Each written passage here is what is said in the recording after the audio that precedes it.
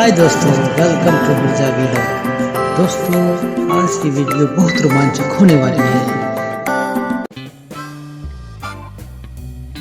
London central mask एक बहुत famous building है। ये लंदन के दिल में शान से खड़ी है और बहुत लोग इस मॉस्क को जानते हैं। इसे रीजेंट्स पार्क मॉस्क भी कहते हैं क्योंकि ये रीजेंट्स पार्क के पास है। ये मॉस्क मुस्लिम्स के लिए एक महत्वपूर्ण जगह है और कई लोगों के लिए एक स्पिरिचुअल घर जैसा है। ये ब्रिटेन में इस्लामिक मौजूदगी का एक सिंबल है। ये खूबसूरत मॉस्क ऑफिशियली 1978 में खुली थी। इस शानदार स्ट्रक्चर को बनाने में कई साल लगे। ये मॉस्क यूनाइटेड किंगडम की सबसे बड़ी मॉस्केस में से एक है और इसमें एक साथ हजारों वर्शिपर्स आ सकते हैं। पूरे लंदन से लोग यहाँ प्रे करने आते हैं। ये फ्राइडे प्रेयर्स और फेस्टिवल्स के दौरान खास तौर पर बिजी रहती है। मॉस्क सभी धर्मों के विजिटर्स का स्वागत करती है जो इसकी सुंदरता देखने और सीखने आते हैं।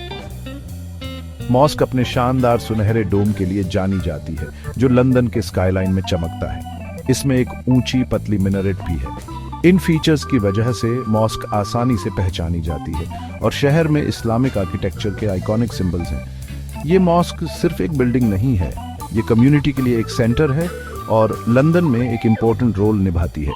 अंदर मॉस्क शांति और प्रेयर की जगह है जो मुस्लिम कम्युनिटी को कई सर्विसेज देती है, जैसे डेली प्रेयर्स और धार्मिक शिक्षा।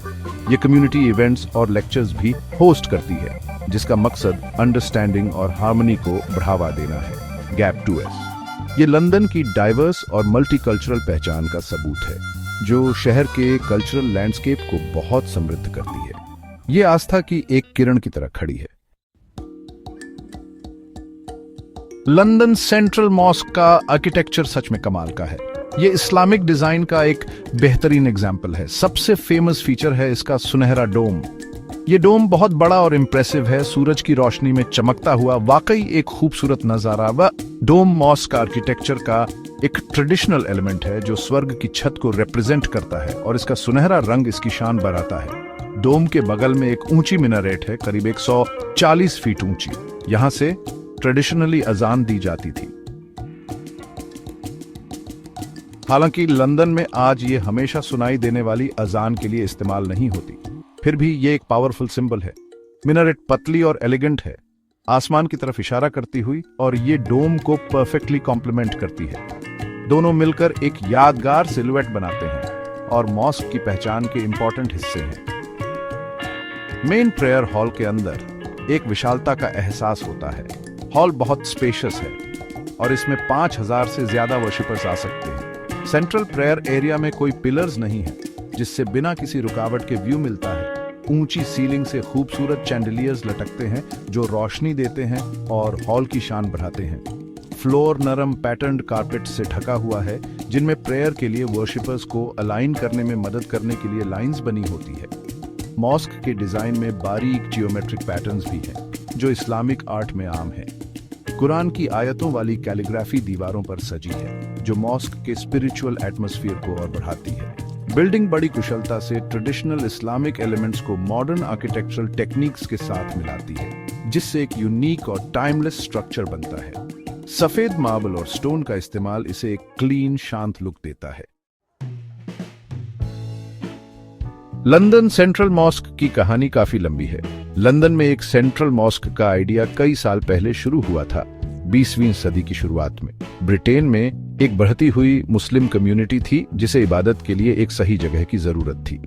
किंग जॉर्ज 6 ने 1944 में मॉस्क के लिए उदारता से जमीन डोनेट की थी। ये एक बहुत इंपॉर्टेंट जेस्चर था जो मुस्लिम कम्युनिटी के लिए सपोर्ट दिखाता था।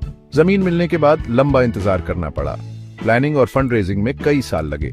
डिजाइन चुनने के लिए एक इंटरनेशनल कंपटीशन रखा गया और कई आर्किटेक्ट्स ने अपने आइडियाज सबमिट किए। विनिंग डिजाइन सर फ्रेडरिक गिबर्ड का था जो एक फेमस इंग्लिश आर्किटेक्ट थे। उनका डिजाइन उसकी एलिगेंस के लिए चुना गया जिसमें ट्रेडिशनल इस्लामिक फीचर्स को मॉडर्न स्टाइल के साथ कंबाइन किया गया था। ये एक महत्वपूर्ण कदम था।